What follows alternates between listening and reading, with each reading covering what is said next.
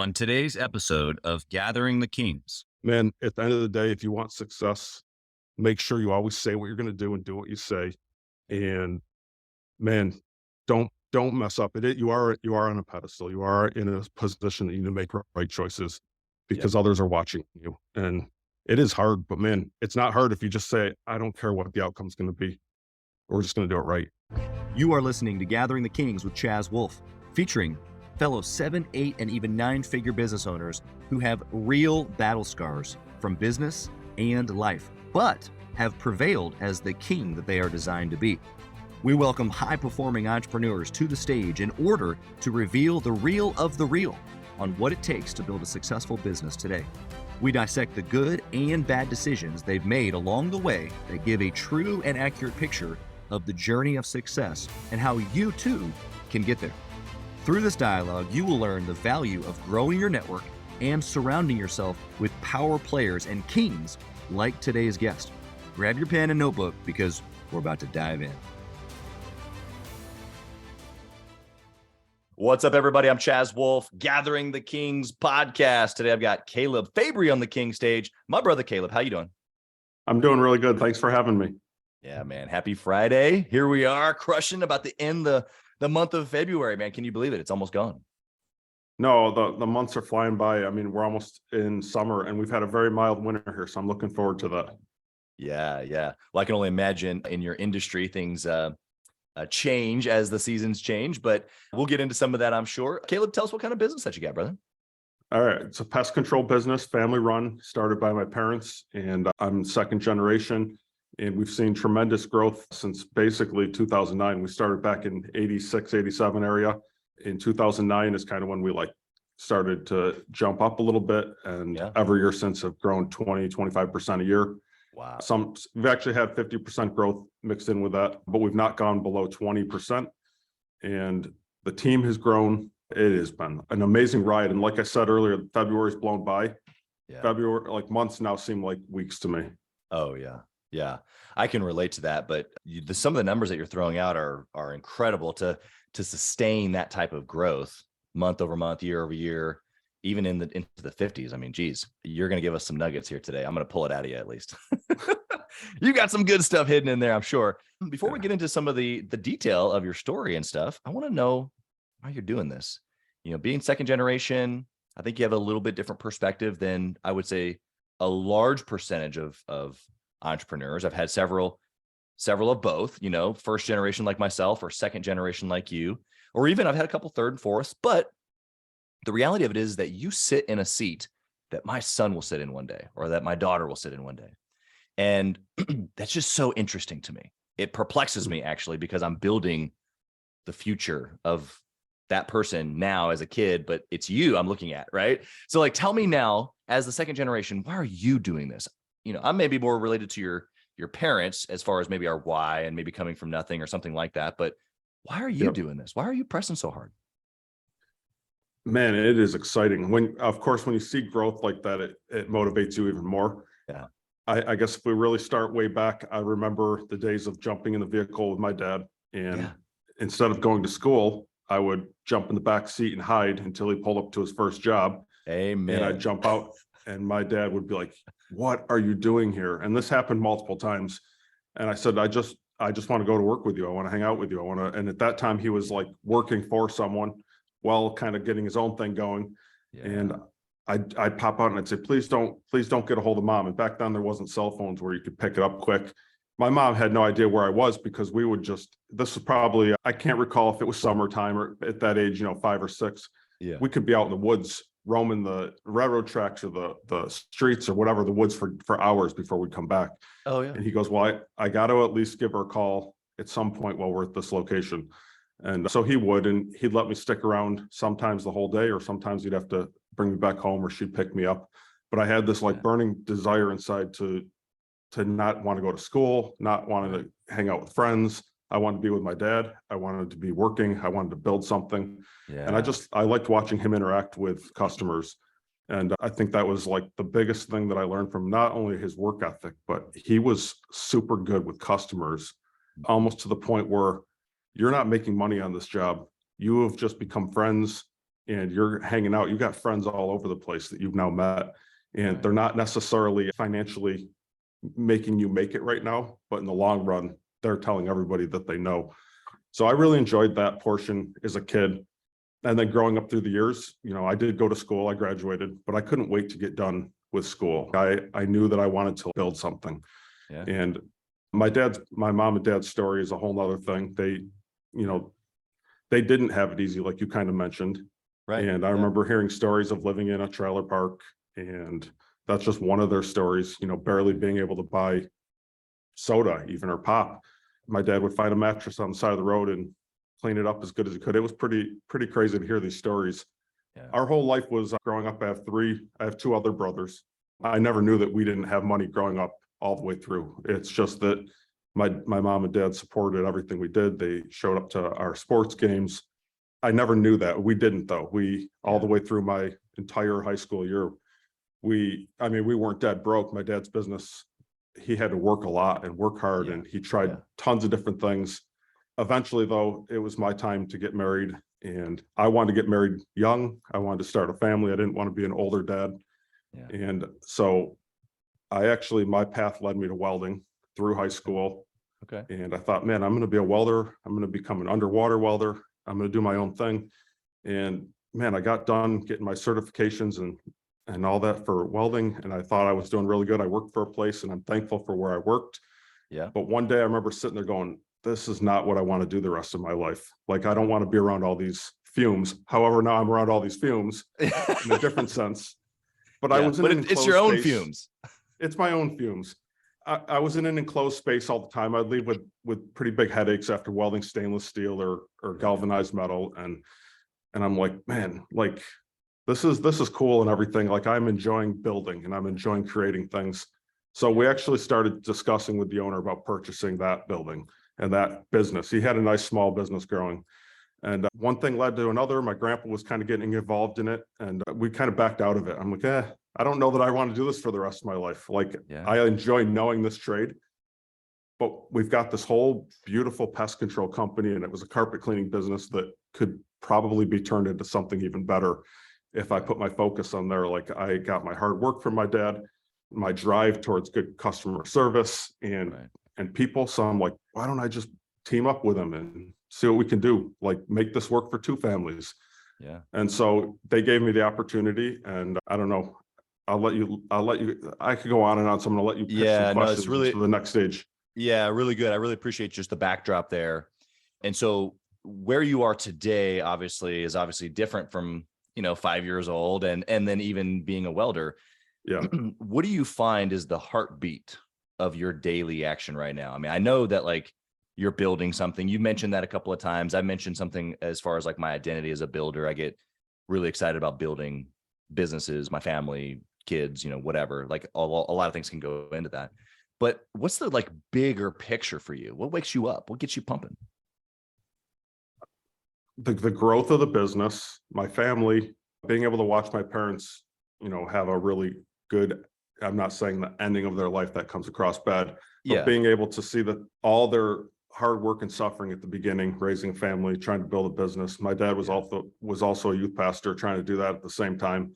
Wow. And seeing all of that pay off for them in the end, instead of taking the conventional route of working for somebody, investing into stocks and, retirement plans, which they would never have been able to do back then.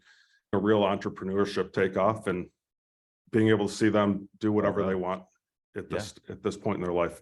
How do you take that perspective, right? Because I mean, what you're saying is that you got a front row seat to delayed gratification, to doing the hard things now to reap the benefit later. I mean, I can maybe define what I'm saying a couple of different ways, but you get what I'm saying. You got a front row seat to that, and now you're seeing it come to fruition. How do you take that now? Because you're actually living a little bit in that fruit, right? The fruit of what their labor was. But how do you take that mindset of delayed gratification and like really pressing hard unto something bigger, better, faster in the future, even in the midst of kind of like living in their fruit? That makes sense? I think it does. It makes complete sense. And I kind of have an answer for that. Okay. I think it's built me to look at things differently. So I need to try to explain this a little bit better, but like essentially what it's done for me is it's allowed me to take things a little bit slower and know I do a lot of research on everything that I do. So by watching their delayed gratification, it's also built that within me to be very cautious. But yet I'm not so cautious that I don't make decisions. Like I like to process everything, and then all of a sudden something inside of me says, go, like this is go time. Yep. This decision right here is going to pay off. And so I do truly believe it's come from that, the way that I was raised, them have delayed gratification. Yeah. So now I make decisions that are like, I can see the pluses and the minuses, and I can see where it's going to lead before it even happens. So Right. a lot of people have said, well, like, what kind of negatives have you faced? Like, I honestly can't say that I've had any, watching my parents, they didn't really have any other than, every single month they live on a $10,000 reoccurring loan to pay the bills, pay it off. Like that was really it. Like I'm not saying that there was a lot of hard times, but we didn't have any things that like just devastated us. We just kept pushing forward. I felt like devastation or something negative was like the next day you wake up and you do something different. And that's just kind of how I watch them work. So that's kind of the drive that has me at this point based on my growing up experience. Yeah, I mean, we're talking about some really juicy stuff here. Just to make a quick point, I mean, even your company name, Town and Country Pest Control Solutions or Pest Solutions, like that's the way that you just described what that is for you, which is like it's just solution based. There's no problem. There's just something I need to overcome and solve, and then we do something different, or we do it a different way, or we just try it again tomorrow. And that's a really, really resilient attitude and spirit that you have, which is funny. So I want to point this out to the listener, is that sometimes we can obtain this in our own singular journey, but some of the decisions that we make are so like long lasting that you're now in second generation reaping the benefit of a hard time, then knowing that now you can operate inside of a decision differently. And here's what I mean. The bigger the business gets, the more success you have, the more money you have, the more resources, the more key relationships, the more leverage, which is a lot of this we talk about inside of the Gathering the Kings mastermind. But when you have more of this, it comes down to just better and higher quality decisions that you as an individual make. And then of course your team as well, but you have the ability now to slow the process. And I don't mean slow it down like, delay and overanalyze and over research. You didn't say any of that, but you did say, I have the ability or the covering from the work that my dad did to be able to like look at things in a slightly slower pace, to be able to analyze thoroughly and then make a quality decision and then go. And so we all have to be able to do that. But so if you're a listener right now listening and you don't have the covering of a big business, because that's in essence, Caleb, what you have is like, you've got this covering, where it's like, okay, I can slow down a little bit. I don't have to make a decision today, right? Because the more quality decisions are bigger decisions. And usually they're not like, do it, like it's a little bit more well thought out process, which you've already alluded to. But somebody today is listening and going like, well, I don't have time for that. I'm like, job to job, or I'm this or that. And like, he's more in the experience of maybe what your dad experienced early on. It's like, okay, so you still have to be able to, in that moment, do exactly what Caleb is saying right now, which is slow down, be thorough, make a decision. Now that process for you might be 3 minutes, but inside of that 3 minutes, you still got to do exactly what Caleb's saying. Would you agree with that? Totally, man. Like, so like your example is great, because if I look back at my dad, his cell phone would ring. We had pagers, we had cell phones, and then eventually, but the pager or the cell phone would ring with 50 messages. At 11 o'clock in the morning, he'd shut that thing off. He'd go upstairs to his room and he'd play all those messages, and he'd miss out on probably so many phone calls and so many potential jobs. But watching him, his decision making was like, how do I answer the phones and how do I do these jobs and do it all right? So his was, everything was on the fly. It was on the cuff. He'd lose money. He'd lose checks. I honestly don't even know how we stayed in business because of how crazy his mind was running. And I got to watch that.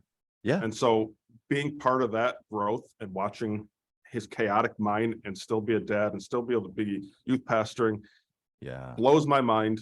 But it developed me to take something to a next level because of experiencing being around that. So now I do get to do that. I do get to slow things down. And my decisions now are not these little ones that he had to make just answering a phone call. They're way bigger than that. They're actually shaping the new direction of the company each time we make decisions. Yeah, exactly. Which is a really beautiful, like, it's happening for you. And so we get to see it through the story that you're telling of like, okay, whether it's my son or just someone that I sell this business to eventually, this is the progression of how business works, is that it eventually gets big enough to where the guy who started it may not be the best manager because we're so like in over here, like, constantly. Yeah. And a guy like you that has this perspective of like, I see you and I appreciate that, Dad. Yeah. But like, there's another level of, how to do this. And so I think there's just a great perspective there. What about, you said you didn't have like this massive failure. And I want to get into decisions, right? So really what we're talking about is decisions. And so there's been decisions that you've made that haven't turned out well. Give us one of those. Give us one of just a decision that's just like, stay away from this and we can learn from you. I'm going to be honest. We've not had a ton of those decisions happen. Okay. A ton of those things happen. But I would say that if I was to point out one thing, finding the people around you is one of the most important things that you could possibly do, finding the right people. So if I look back, I won't ever truly be able to give my parents' perspective on how it was like. I'm sure they could give you failures that they didn't share with me, although they were very open in everything financially with us as kids. We knew pretty much everything. I guess I felt like we did. But if I was to stick it to my own point, finding the right people to support you and be around you and buy into your ideas is probably the most important thing. So when we've had people come in here, I'm thankful for maybe people we've had to let go, but they've helped us do better the next time. They've gotten us to a point that brought us to another level because we had their experience. We've had them around us. Right. Great people. It just, as we grow, we change. And so I would say some of our failures, but I don't really call them failures. I find them as growth opportunities. Would be the people around you that want to keep going forward. I think everybody wants that, but like you have to decide, you're the decision maker on that, like what's going to benefit the others with you by having good people. And you can see what one negative can do to an entire company. Yeah, let's talk about this. This is a really, really important topic. And I have a few non-negotiables. I'm not a patient individual at all. I was going to say I'm patient, but I'm totally not. But I'm patient with people. I really want to work through people, like what you're saying. And so oftentimes we have people in a seat and maybe they shouldn't be or whatever. But one of my non-negotiables is negativity. So I want you to talk into this. You mentioned something small, negative, or you actually also mentioned the desire to move forward. So you grow and change as the business itself grows and changes, the vision changes, you're growing 20, 30, 50% every single year. I mean, there's massive just environmental changes happening every day at the office. And so are you saying that someone inside of the office who's good today may not be good 3 years from now because of all the growth and it's just different? Absolutely. Like so this is again, no cut to my dad. You mentioned it earlier. My dad is a certain type of person, an entrepreneur that can run things a certain way at a certain level and have a certain amount of control, but he may have a more difficult time running 50 people. Right. And his strengths, so he's just an example of that situation. Like, and we've also had different people within the technician side or the office side that were good with a small group, but they're not good necessarily with a bigger group or the big changes. And so like you do need to put the right people in the right place. And if those people can't adjust with the times or the changes, it makes a huge impact on your business. So they could even be moved to a different spot and it would benefit you. So throughout our business, my dad has had a place. It may not be the grinding and the hard work, but he's like such a good problem solver. And he likes to do what's best for the customer. So those experiences go a long way. Yeah. You're hitting on so many just valuable principles here. I want to just hit this home for the listener.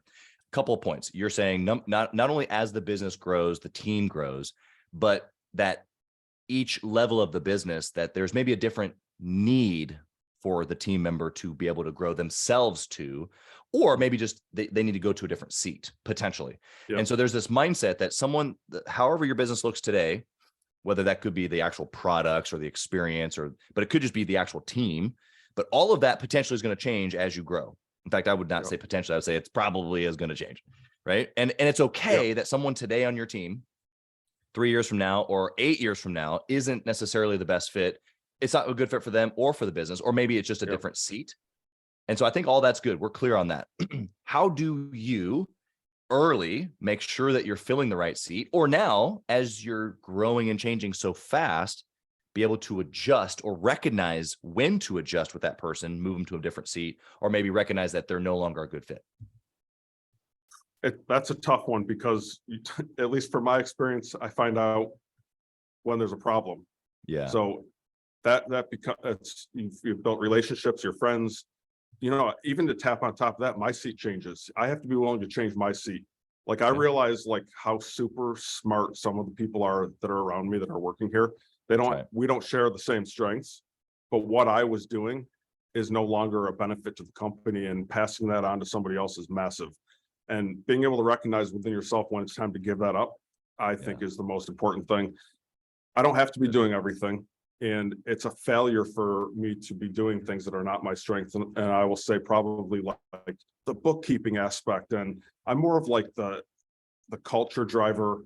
I like to push ideas. I like to get things out there. I like to make sure everybody's got what they need to succeed. But we've got people here that, man, they're like speaking other languages in Excel spreadsheets. Yeah. And they're communicating to each other in code. And I'm like, what is even going on? And it's okay. I used to be able to build our websites. I'd sit down and I'd open up my Mac and I'd build a website and it worked. Right. I don't need to do that anymore. And if I do that, we're actually losing business. So for me, it's just as important to get me in the right seat as it is any other person. And there comes a time where you can feel your team recognizes that I'm not in the right spot, and it's time to shut up and back up and move over and readjust. So the same happens with my team. You can sense when others feel that somebody shouldn't be in the right spot. And you as the leader or the decision maker need to start making some moves, or you could ultimately lose better teammates. I don't know. We've been there, we've done that. Unfortunately, it often happens too late where, man, I wish I would have just seen that a little bit earlier, but I don't know that it's bad. We've just made adjustments. What I really push here now in our company is like, we aren't a Fortune 500 company. We don't have everything established. So if there's something you want to do, or you could see that you make a difference, please speak up and build your job out. Like anything is open for opportunity here. So I've had 2, 3, 4, 5 people say, I want to do this. Can I do this? And I'm like, go with it. Let's see what happens. And write me out a job description. Give me an idea of what you'll be doing every day and show me the future. And man, some of these people have already like turned ideas within our business and things I could have never thought of or done myself. So we have, being a small business, when you're just starting out, the opportunities are endless, but you have to be willing to open those doors up for people to say, hey, you mean I don't have to be a technician? I could come into the office and make a big difference. Oh man, my heart beats, and I get nervous about like somebody that's out making money and producing to coming into the office and they're not directly producing, but in the long run, they really are. That's hard. Yeah. Getting that first one passed and over you and seeing it succeed, it makes it way easier for the next people. Yeah, the underlying principle you're talking about, and Alex Hormozy talks about this a lot, which is you can have control or you can have freedom. And as entrepreneurs, a lot like your dad, we like control. We say we want freedom. That's why we don't want to go work for anybody. But really what we want is control. But what you're talking about is freedom, because if you can relinquish control, AKA give it to somebody else, and they build out their own job description, you give them runway and off you go, that ultimately then provides the ultimate freedom for you and the company, and them even, because they're now in a seat that they've built and they've made their own bed, good or bad. And there's a lot of things that can come out of that can be very, very even contagious for the rest of the team. There's a lot of culture benefits that can come out of that as well, which there's obviously the flip side of that coin, which is, you got somebody that's in the wrong seat for too long. You kind of mentioned it earlier, or maybe they don't want to be there. And that we've all been around when that person's gone and we're like, that should have probably happened a little sooner, Yeah. And they don't even know how to get out themselves sometimes. They still have a personal connection, especially when you're smaller. You've got more of a personal relationship. So you don't know how to get out of it yourself. Sometimes, as hard as it can be, it works out better for everybody. And you can still keep that relationship. Although weird at first, you still can keep it in the long run. Yeah, it's so true. I've hired and fired hundreds, especially in sales. They come and go. But that truth that you just made is like, look, if I have done a good job of creating it doesn't have to be a perfect system. You said we're not a Fortune 500 company. We don't have everything dialed in, but like if I can have some sort of a system where I'm going to take you through a process, I'm going to give you adequate training, I'm going to really get in there with you and make sure you've got everything to succeed. You mentioned this a few minutes ago of like, I want to make sure everybody's got what they need. I actually do that genuinely. And we get to a certain point and the performance indicators aren't there. It's not good for me in the business, but it's not good for them either. Yeah. And they're probably just not having a good time. So it's actually my duty for them and for me to help them move on to something better. Yep. How do you do that? I think that one thing that leads me and helps me make a lot of these kinds of decisions is my faith in God. And I think by having that portion in my life, I truly do believe that my decisions are made way different than you would probably see in the secular decision world. Yeah. Just with a lot of grace and humility. And I think one thing that's really important is like, did we truly give that person everything that they needed to succeed? And if not, I have a really hard time letting somebody go unless there's an additional conversation or another chance with us making sure that we do that the next time. Like you said, you've done hundreds. I've not done hundreds. I've probably done 15 max. And I'm okay with that. I don't want to be patted on the back for 100. The bigger you grow, hundreds happen and it's inevitable. But for my size company, 15 still hurts. It's 15 people that potentially their lives were affected. I've seen these 15 people though, or whatever number it might be, without even knowing it, it changed their life for the good. Yeah, it put them in a different direction than they ever even needed. And that same thing could happen to me or my parents or any entrepreneur. Something bad could happen in your business. And what are you going to do next? Yeah. Like, are you prepared for that? Sometimes no. And I would say somebody looking back at my dad, he worked for places and he worked at a church doing maintenance and he was a youth pastor and different things. And he had said to the pastor at some point, I might get the story a little bit off because I wasn't there, but I've heard him tell it plenty of times. Yeah. He said, I need more money. I've got a family now. Like, what can I do? And the pastor said to him, listen, Matt, you got to do what's best for your family. So whatever it is, I support you. We're a church. We can't do more. So go do it. And it was like freedom for my dad. He immediately felt like, you mean I can go do more? I don't have to be here. I don't have to do this. He stuck with youth pastoring, but he went and did more. And nobody is tied to anything. That is the beautiful part about being one in this world, or maybe even more so in America. Like, you can do whatever you want and you don't need permission. Just go do it ethically, do it morally, do it with the right intentions, and you'll see success happen. So I don't know. I guess my faith is what leads me to lead and direct this company. It's very important. Yeah. I agree with you. I would say the same grace that comes from our faith that we are able to then extend to people because we were first extended grace, right? But I can look at those scenarios and I can think of people that I've had to let go that I've kept a relationship with, like you mentioned, and had those moments where they've come back and been like, dude, thanks. I really appreciate you giving me the boot, like, because of all the things that we've been talking about, which is it's not good for either of us. And if I can give them the freedom, like that pastor gave to your dad, then it's actually like their ticket to where they actually need to be. And I'm just holding them back. And so I don't want to be responsible for holding anybody back. And it's funny too, because in those environments, it's the other people who aren't involved that have a negative connotation. So like when in this, company that I'm referring to years and years ago, when I was a sales manager and hiring just gobs of salespeople, I had a bad rap of being that guy that would fire quick. But everybody on my team didn't think about me like that because they knew I was in the freaking trenches and I was going to give them everything, like you mentioned. And I wasn't going to let anybody go until they had all of me. And usually if they had all of me and they were the right fit, they were freaking winning. And that's why we had the best team. Yep.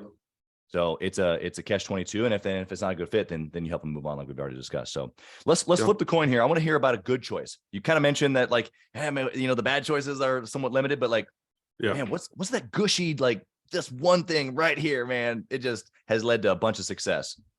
Okay. That's an easy one for me because it just always pops into my head. So like a good decision that changed the direction of the company.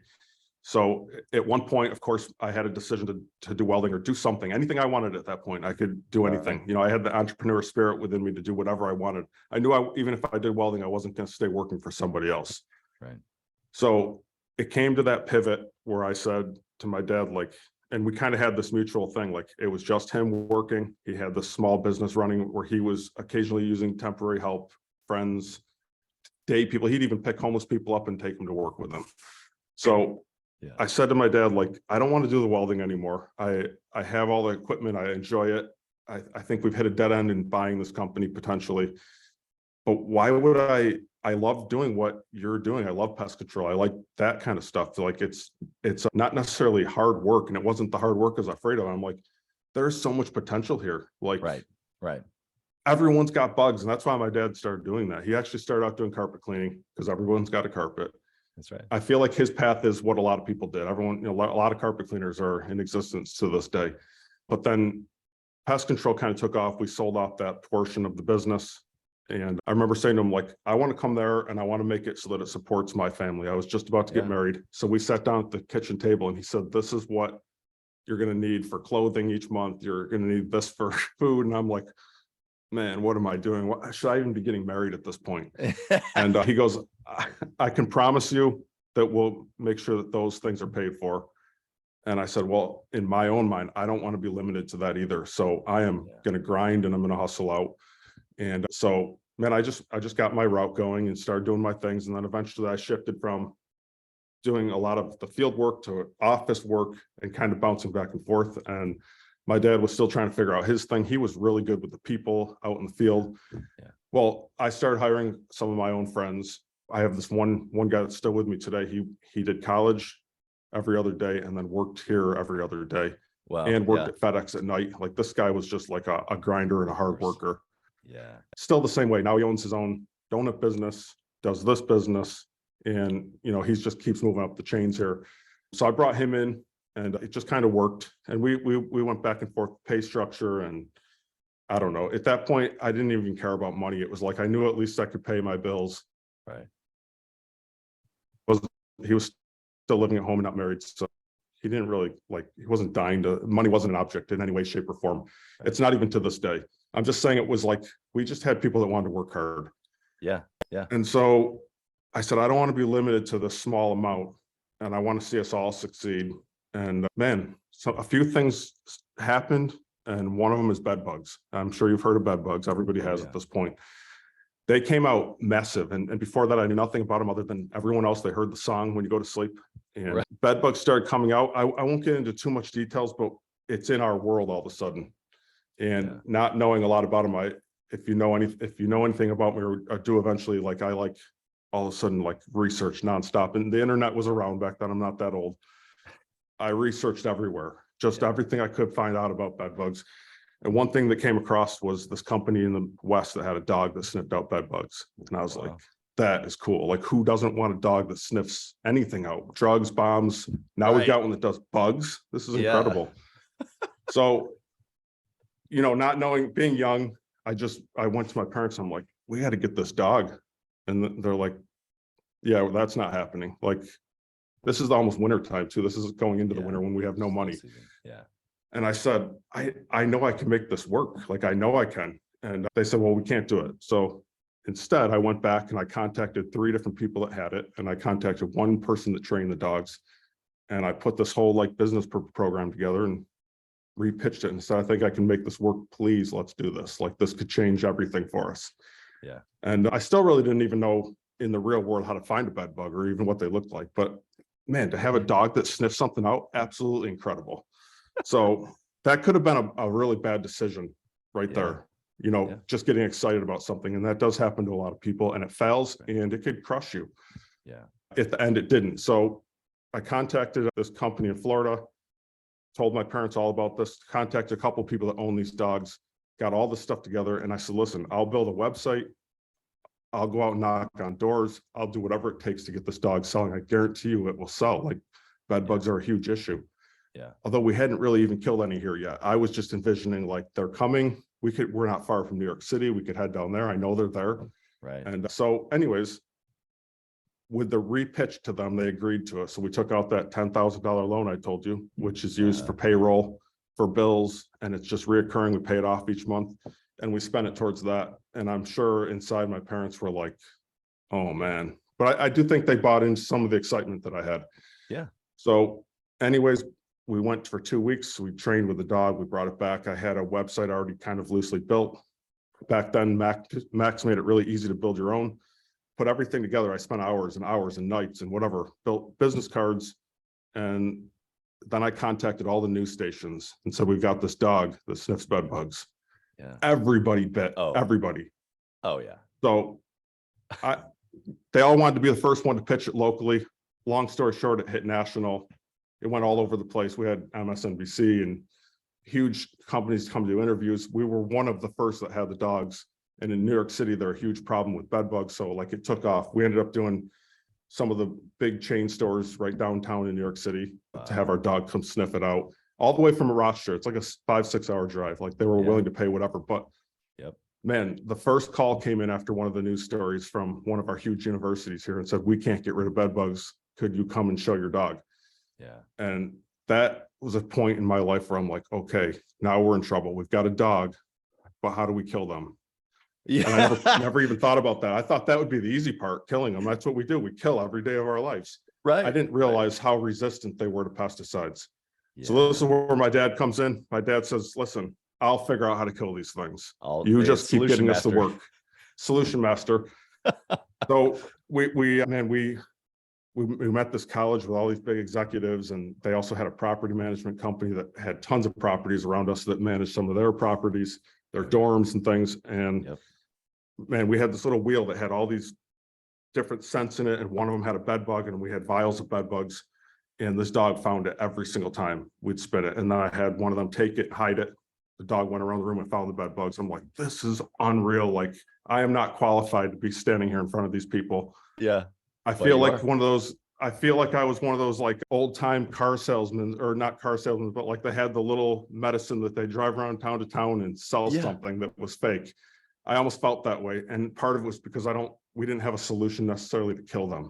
Sure, sure. So anyways, long story short, we did find the solution to kill them. Yeah. And we did get a lot of accounts, and everything has worked out beautifully. Like our first year, it got to the point where me and my dad were butting heads constantly, because here I'm bringing in all this work, and we're not really set up to handle it. Like we're sending out a lot of promises, but one thing, if you know about us, we do what we say we're going to do. So we did get these accounts. We had battles. We had budding. My dad would hire people I would never hire. And looking back, it was really because I didn't have anyone else to hire. So again, thankful for the people that he brought on board. Yeah. And a lot of them did work out. But anyways, man, we killed a lot of bed bugs in our days. And it got to the point where we no longer could use this dog. One single Jack Russell Terrier that was the most annoying dog on earth. But I owe this dog a lot. And this dog changed our life in that direction in the pest control world. Yeah. But I would say that like the teaming up of me and my dad crushing bed bugs, and then building off of that, like, oh, we don't have to just be bed bug experts. We've now got the opportunity to do everything for these companies. So let's start pitching that. And we ended up hiring our very first salesman. We're not a sales driven company. We never have been, but we had a guy that unfortunately went through a weird situation, a place that he owned, and joined our team. And man, this guy's just started knocking on doors. It was almost easy for him to sell with his experience, but having a dog that could walk in. We were, man, the story is so huge on this dog and how it changed our life and where it got us into, that I could go on and on about it. But let's just say that it got us into a lot of commercial property, and essentially we were all residential. We've now flipped 65% commercial. Yeah. So commercial for us is like, it's game changing for a business and growth. You know, the residential is something you're always thankful for, but it's not very consistent work necessarily. Residential is consistent, or commercial is consistent. They want you monthly, they want you quarterly. It's just always coming in. They're generally pretty good for the money. But now we're able to grow. Now we're back focused on our residential growth and building that out, because our commercials just keep growing. And I will say that starting out and watching it change, it was the people that we hired that changed our whole life as well. all of them were in on it. Like, it's hard. I look back now and I'm like, why did they do this? Why did they work so hard for us? Like, what was in it for them? I know they got a paycheck, and a lot of them were like, I'm not going to do this for the rest of my life. But some of them are still here. Yeah. And, I've got this one guy, mission. It was the mission. Like, they bought into it. Like, they saw the passion between me and my dad. And a lot of them were my friends or my brother's friends. And several of them still work here to this day. And they feel part of the family, the team. They drive the culture with us, and the culture is what now pushes us forward. We work really hard at trying to make sure that you never want to just be somebody that everybody just likes, but we want them to love this place. I realize we're not a church.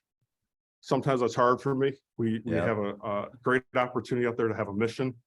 But every time we start seeing some of the outside circles come in, there's certain ones that can destroy that culture so quickly. That you've got it. If you're stronger on the other half, it pushes it back out and it changes people. I've watched people come in here that I'm like, this was never going to work out. It's amazing how instant they turn off their language, the way that they speak, the way that they communicate to customers. Instant, just watching others. They want to be around people that are good. That they thrive. We all thrive to be around people like that. And so if we have a strong culture, we're watching that happen. So anyways, that's like our turning point. That's our good side of the story. Now we do it all. Our company used to be called Town and Country Carpet Cleaning. Then it turned to Town and Country Solutions, because my dad's like, I want to do everything. I don't even know what that means, but I want to do everything. And so we were literally doing everything. Like pest related carpet, it didn't even matter. We would knock down fences. Anything to make $1, we would be part of. And eventually we focused. We're like, pest controls, that we are the best at this. We're going to make sure that we're the best at this. We're going to, we've got the ultimate provider behind us pushing why we do this. And we've kept that mission ever since. So here we are. Dude, you just gave us an entire college lecture, better than any college professor could give, because you just gave a real story. And so there are a couple things I want to point out. Number one, the last thing that you just mentioned, the focusing. Every entrepreneur, especially the first generation, because I know what you just said about your dad. I'm like, oh yeah, that's me. Where I'm like, I can do everything, and we can, but not really. You can't do everything well, and so that mindset in itself keeps you from hiring. It keeps you from a lot of things, because it's control, because you're the guy, and you try to do everything, and it just doesn't work. Everything in one person, it just doesn't work. So I appreciate that. And you're right. Dialing into something and focusing, like doubling down is really, really good. Some of the things from the story, though, I just want to point out: the dog, the all of that represents you, whether you realize it or not. It represents you dialing into who you really wanted to work with, which is your commercial clients. You may not have known that at that time that was going to give you access to that, but that's really what it was. Is like, this is the ultimate client, and this was the doorway. And then on top of that, it was really, really attention getting. And so I just want to encourage the listener to think about that. Go, okay, well, who would I really want to do work with?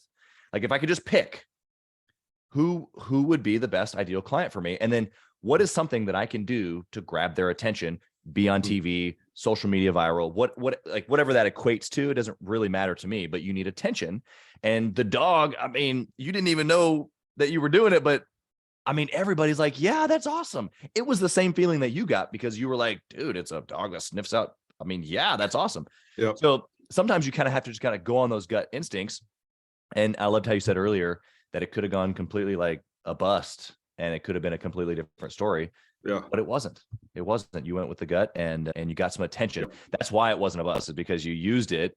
That was one of those keen decisions that I heard you say in there. Is I called the news stations. Like, how can we do things like that, as entrepreneurs? And so I'm going to just encourage the listener to do those two things: find the avatar, and then find a way to really get attention. What were you going to say? I was just going to say, like, so it's always funny. You don't know why you're making decisions sometimes. And then you can look back at it like you do today, and you can say, man, you had no idea why you were doing that, but you would do it again because of this. And a really good one would be the news stories. I never really understood how they worked. Once I understood how they worked, they aren't just out there like running across stories. Like, they're not just out there. Like, they're not like, oh, we got like 20 people walking around hoping something happens in front of us. They literally need something to talk about every single day, or sometimes twice a day. And I'm like, it finally hit me. we started using the news to our advantage all the time. Pest is a huge issue with residential, but residential owns properties and they own commercial buildings and they work at commercial buildings. Right. And I'm like, they need stories. Why not be the one to tell them about it? So, originally when I first went in, I found and copied every person's email address that I could find in a news station. And within seconds, people were already emailing back, oh, that's really awesome. When can we meet you? When can we do this? And so we've done that over the years with everything. So it wasn't just bed bugs. It was whatever's out right now, whatever bug is out right now. We're making the story for them because they need stuff to talk about that's interesting. And in our world, everything's relatable and everything's interesting to people. So if I would offer up anything, use the news to your advantage whenever you're creating some new product or some new business. Somebody wants to tell the story. We were fortunate to have these like one stations local on cable that would just play the same news all day long. I'm not kidding. I'd go in from I'd leave in the morning, I'd see our story on.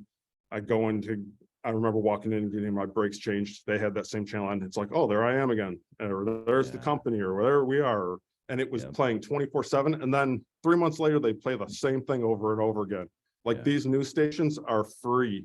They're free avenues to getting your stuff. You just have to have something interesting, or you at least have to pitch it in an interesting way. So I never understood the news like that. Now it makes sense to me. Yeah, it's so good. It's actually the way awards work also, is that you don't just someone doesn't find you for a business award. You go apply and usually pay a fee. But that same mindset is these outlets, awards, news, whatever, they're there, but it takes us going and saying, hey, I got a cool story. Same thing. Yep. Love it. Okay, let's go to our speed round here. I mean, we've just been in some really, really thick stuff. I love it. First question in the speed round is, if you could only pick one metric to track inside the business forever and ever and ever, what would that one thing be? So without knowing what I don't know, which is often what I'm finding myself, I would say that I would track the culture of the company. Okay. How do you do that? Or how do you do it currently? So I know there's a million different things that you could track. You could track financial stuff. You could track so many different things. But for me, I feel like the culture is the most important portion. Unfortunately, I don't know that there's unless you take random quizzes and poll people within the company, I think a big portion of it is being within your company, knowing it, you can feel it, communicating, making sure that you're talking to people, making sure that you're hearing from your team, and you can feel it. Man, I have felt days where I'm like, something is not right. And it's funny that people can have a different perspective on you that you don't know about. I may have a certain routine that I do every day, and if I break that, people notice, and they're probably like, man, what's wrong with that guy today? That stuff can happen. I do that to others. I'm like, something's just not right about that person. So at this point in my life, I try to be very in tune with my team, and I try to pass down that to the others, and to make sure that your team is being fed and they're being listened to and they're being heard.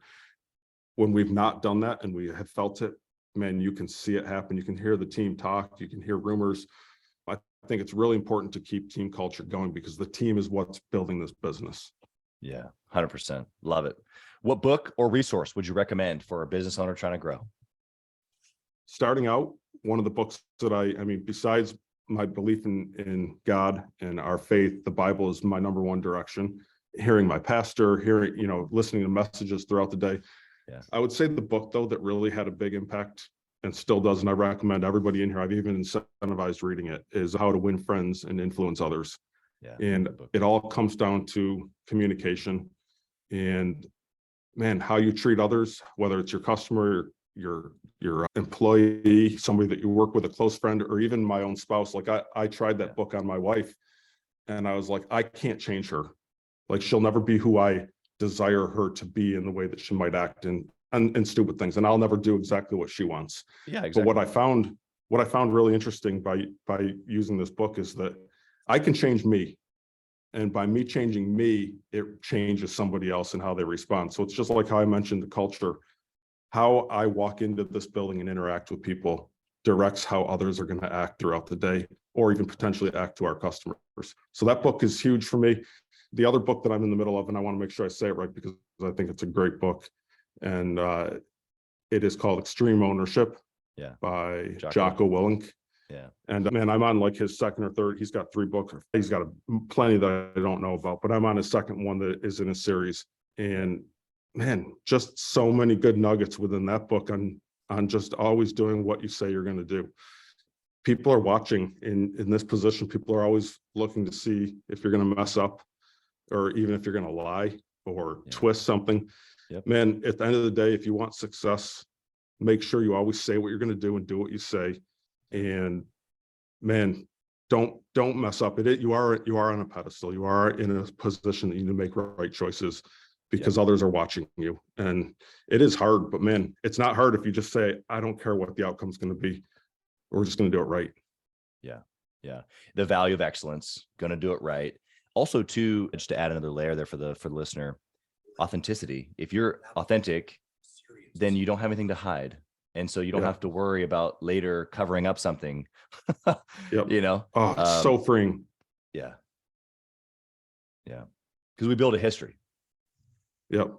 Build a history. And people know. In fact, I just did a little sales training seminar earlier this week. And the guy, he has a great business now. But we sold things together years ago. And he was like, the one thing I remember about Chaz is that, we would give ratios, you're going to get this type of result. But he would always lowball it, like over honest. And it's like, well, because if I can make sense out of the lowball, then they're going to be really, really happy with me.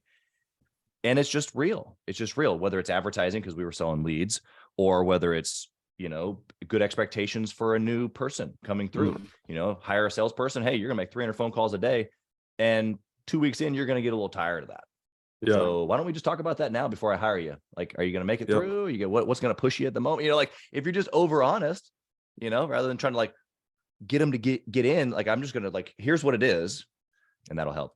What do you think about intentionally networking or masterminding with other entrepreneurs? Okay. So this is a really good one. Again, you don't know me very well yet, but I'm a very huge introvert.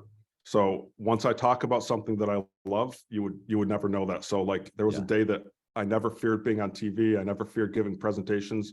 When I talked about bed bugs, it would just shoot out of my mouth like it was like my language. Never feared standing in front of anybody. But I think this goes for anything. When you're talking about something you're not super confident about, for me, I just don't want to stand up in front of anyone. I would rather die, literally rather just fall over and die. So probably about 2.5, I don't know, it's been 2 or 3 years. This one guy that does some of our marketing, he's in this pest control group. Yeah. That's just pest control owners, or maybe they could be higher ups in the company, executives. Sure. And they're non-competing companies all around the United States. And I remember him inviting me. I'm like, I'm never going to that, never. And this is only 2 or 3 years ago. We're already successful, but now are we even successful? I feel like I'm chaos sometimes. Yeah. And he said, just come. He's like, I know you don't know me too well. You know me pretty good. And I was like, I'd rather die. I'd rather die than show up in front of people that appear to have successful businesses. Right.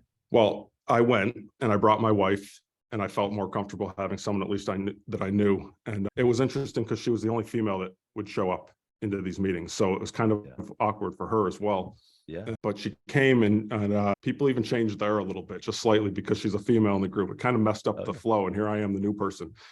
Well, they interview you, they get to know you. There's probably 15 to 20 guys in there, dominating personalities, I would say. Yeah. And at the end, they vote whether they want you part of the group. Will you bring value to them? Yeah. And they said, all right, you got to go out of the room. We're going to talk about you for a little bit and discuss if we want to move forward. And they take an official vote. I'm like, dang, this is weird. You already invited me here. Why are we doing this? So anyways, I jumped in, and it took me a little while. They did vote me in. And the reason that they voted me in, from the piece that I could bring, and that can always change, was the culture portion. Yeah. We're huge into videoing, photoing, photographs, and documenting our team and our story. And it's all over YouTube.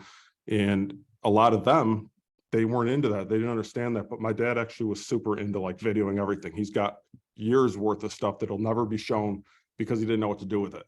Yeah. But we do get it out there, and we have two media people right on site that work, and they build our story, and they're sharing weekly episodes of our story. And and we've got old videos that have just taken off. We thrive on that. I feel like that's part of our culture.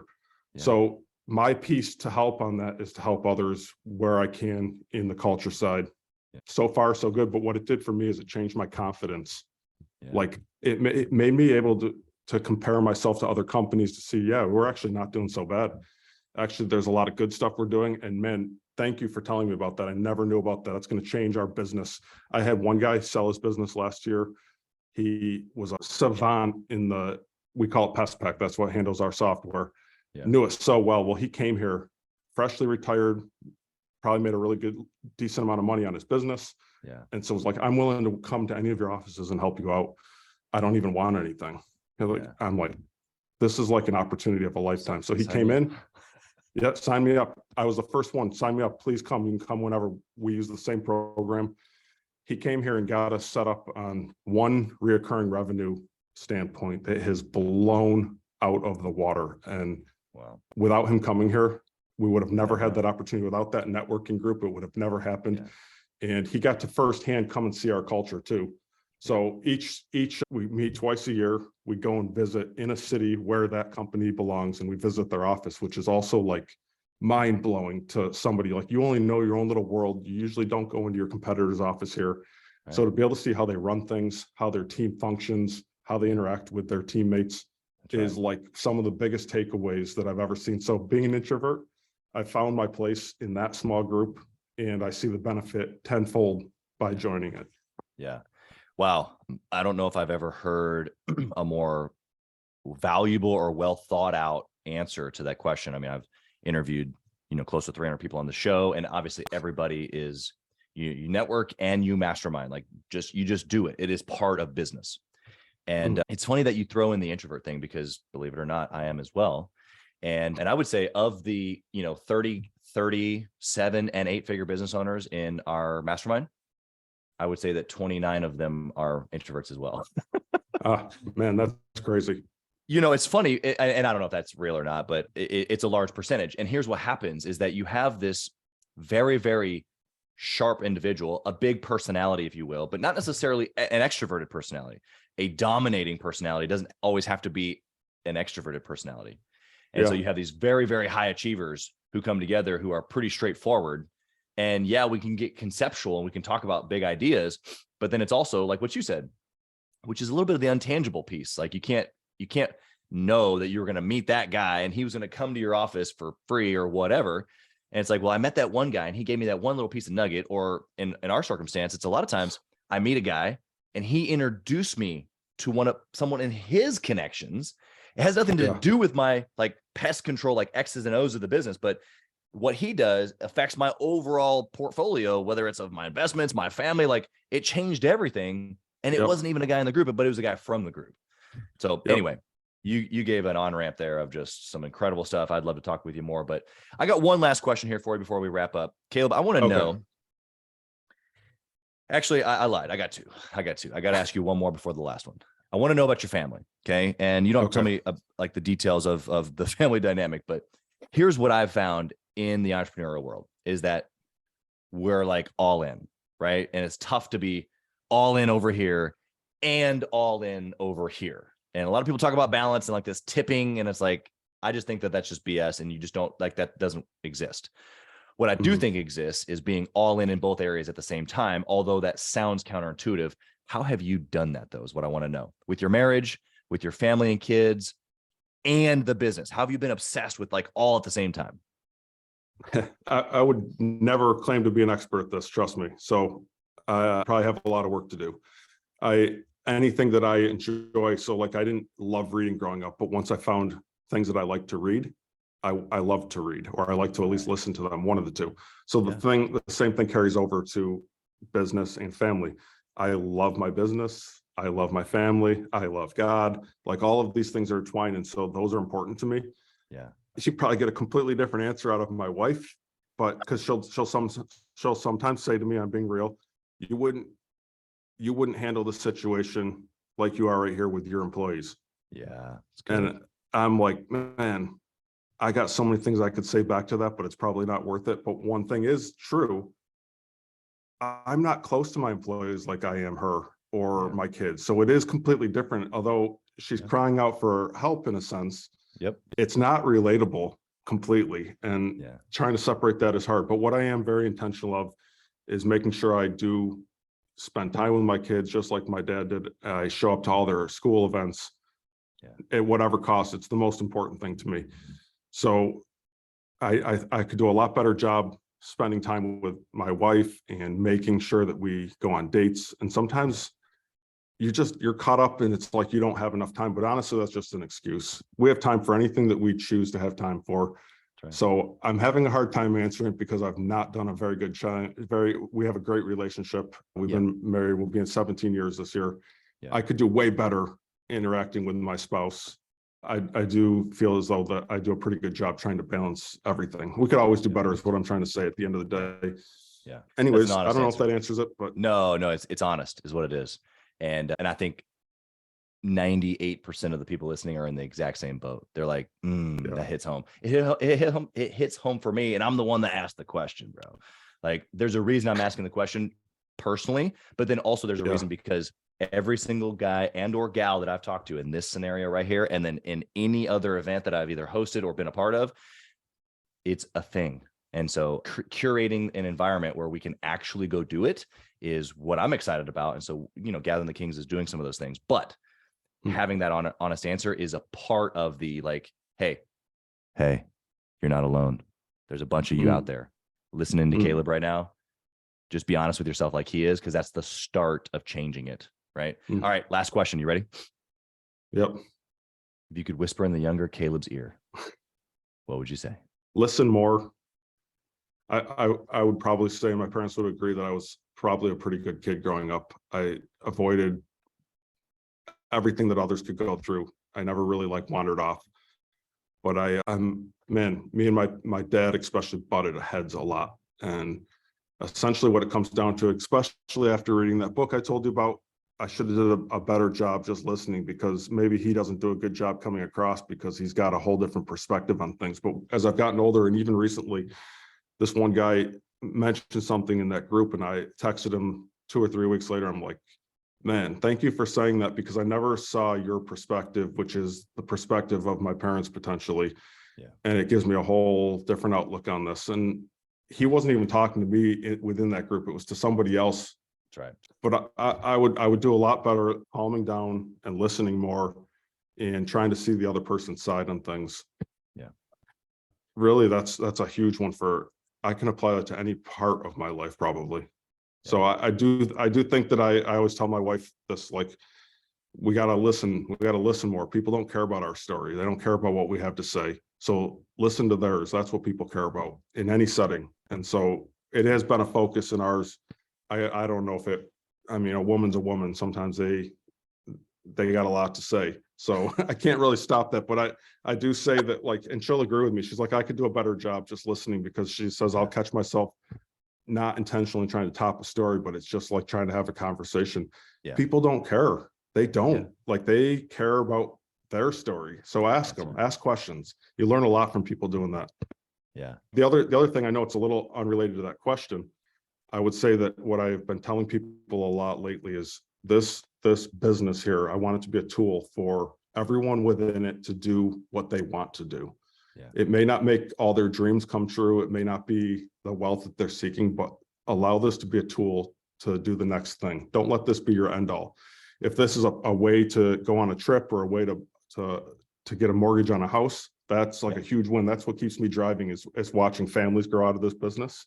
Yeah. Nothing better to see, oh, we just bought a house. And I'm like, you're the only one working in your family. That's incredible. Like, that's awesome. Like, that's a great feeling. So that part of the business is huge. And the other part is, man, you want to go on a big trip? Let this be the tool to do it. Yeah. We're working together. Allow me to hear your story, hear what you want, and let's see how we can make these things happen.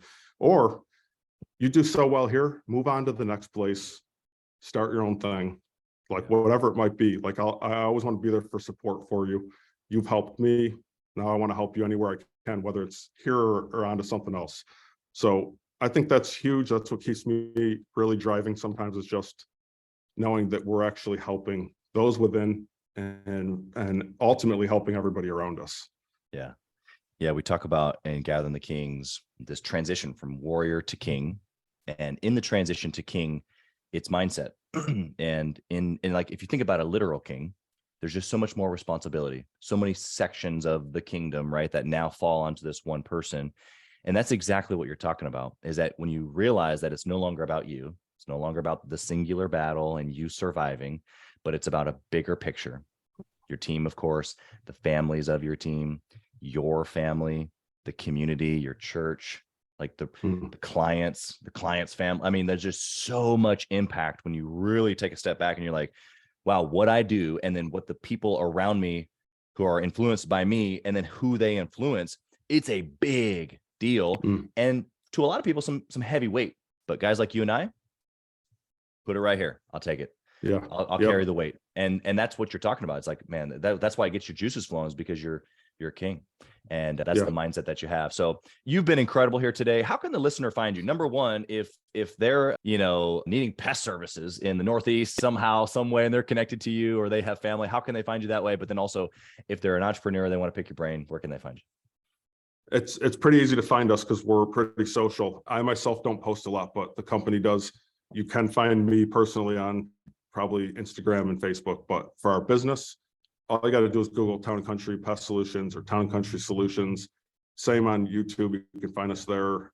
We're pretty much everywhere. So it'll pull up somewhere on Google or any of the search engines. Yeah, perfect. Website, whatever it might be. Yeah, we'll put all that in the show notes, make it easy for people to be able to reach out. But dude, this is a little bit longer episode, but I mean, full of freaking nuggets, dude. And I think that the listener would be misplaced if they didn't listen all the way through, and probably even go back and listen again. So you just pour it out from your heart. I appreciate that. Blessings upon your family, your team, the whole deal. Thank you for being here, brother. Yeah. Thanks a lot, man.